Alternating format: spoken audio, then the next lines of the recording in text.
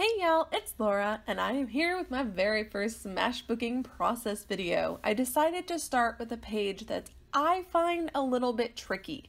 Because this background is so dark and it is so busy, I want to work with it, but I also am going to try to minimize it. So on this right side, I am going to be putting two photos.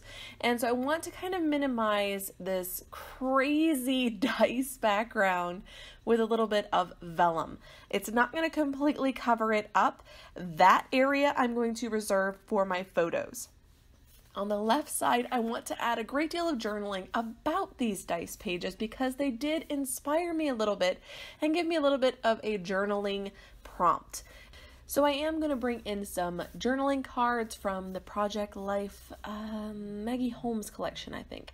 And I just wanted to mat my photos because I print on my Canon Selfie, which doesn't show fingerprints when it prints, which is one of the major bonuses for the Canon Selfie printer. They do print smaller than 3x4, so I am able to just quickly mat them onto 3x4 cards, and I really do like that. I'm going to bring in some tissue paper to create a bit of a photo mat behind both photos, and initially I thought I was just going to cut around the outside of the two photos, and that is what I do, and then I end up going back and adding more tissue paper in those two open areas. And the reason I did that is because if you'll notice, a lot of my photos, my shirt in particular, is very dark. And with that dark background and these dark areas of the photos, they were just kind of blending in a little bit too much into the background, and I really do want them to stand out. Photos are some of my favorite things, and so I always want the photos to be the focus. If there are photos on the page, I want them to be what grabs your attention. I am taping together the two layers of tissue paper because otherwise they just fall apart, and that's going to make a little bit of an opaque or not so see-through mat for my two photos. Now I am going to add in some more of that tissue paper in those two open areas just to create more of a dedicated space for my photos. These two photos happen to be of me, and one is of me with long hair from last week and one with shorter hair from this week. I got a fairly drastic haircut. Not intentionally, but the hairstylist decided that I needed that done, apparently. He ended up cutting off about 5 inches of hair, and I wasn't completely prepared for that, but it's fine. I have had it this short before, and it's just hair. But it did have me thinking about how much I have been considering making some changes in my scrapbooking and in my life in general. We've been talking a lot about travel, and I thought, you know what? How appropriate is it that I got this rather drastic haircut while I'm thinking about all of these changes in my life? Because I have found in my own experience and with friends and family that if you're going through some very difficult times or a lot of change in your life, quite often it seems like people tend to make big changes to their appearance, whether it is a haircut or new clothes or just a change in style. I find that that's a very common reaction to people going through big changes or preparing for big changes. And so I'm kind of journaling a little bit about that and how I am hoping to make some changes with my hair in the future. And, you know, grays, grays, they do happen. They have come and they are here. And so kind of talking a little bit about how I'm dealing with that. And I'm just going to add this little couple of ephemera pieces and use those to create a bit of a tuck in for this tag. So it's just going to kind of sit there in place because it is behind my photo, and behind those ephemera pieces it does just stay in place. And you won't necessarily know to pull that tag out, but I will add a sticker to it later that kind of intimates that maybe you should check it out.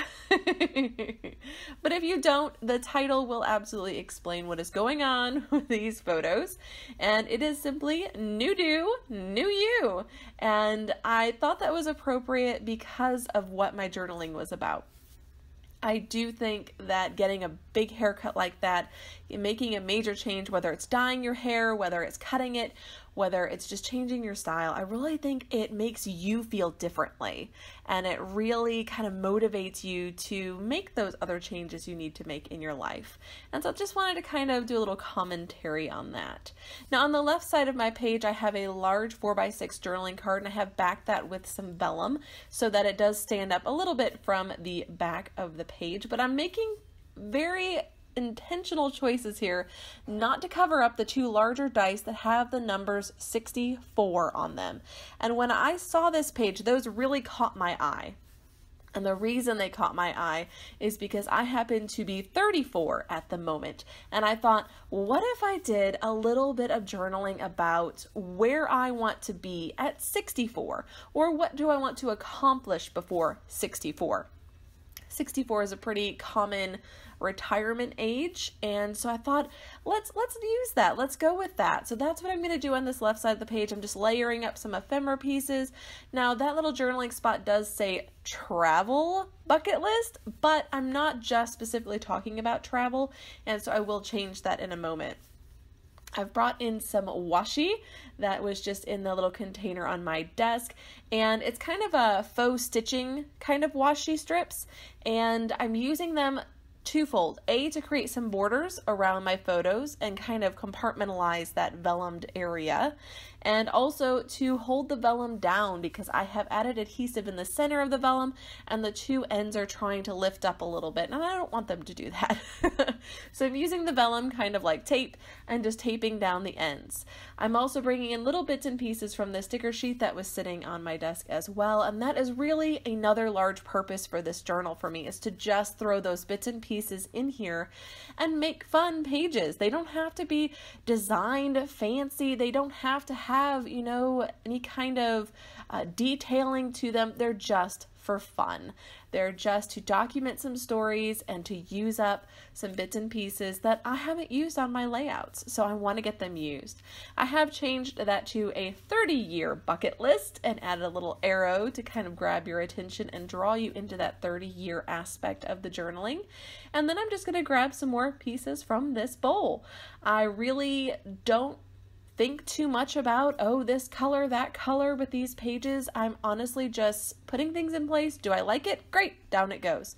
Sometimes I remember that there is a glue stick on the end of that pen, and sometimes I do not. So you will see me use a mix of double-sided tape and the glue stick, just simply because I am so used to grabbing for that double-sided tape. That's my go-to adhesive, and so that is something that I normally just reach for rather quickly.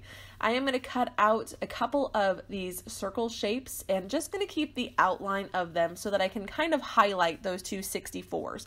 That was the spark for this journaling, and so I do want to kind of bring some attention to those and just make a nod to them, really. I like them. I think that's kind of a cool coincidence that it's 30 years ahead of where I am right now.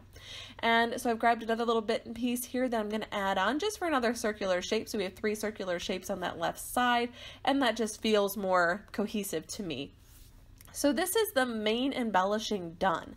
I'm going to come in here and add in my journaling, and I will skip ahead a little bit, and I just kind of listed out some goals that I kind of have had in my head but have never actually written down. I'm not a planner. I'm not a heavy journaler about the future type of person. I tend to journal about now, and one of the things I'm challenging myself to do with this Smashbook is to think about those things and to just jot down ideas. They don't have to be plans, they don't have to be fully fleshed out or details included, just ideas. And I think that's a good place to do it. So I'm also adding in my journaling about this page and how it did spark this inspiration to think about 30 years ahead. Where do I want to be? What do I want to have accomplished? And then I added, let's do this. Because really, let's do this. So that's it for this page. Here are some close-ups at the end, and I hope you enjoyed it. Let me know in the comments below what you think, and until next time, bye!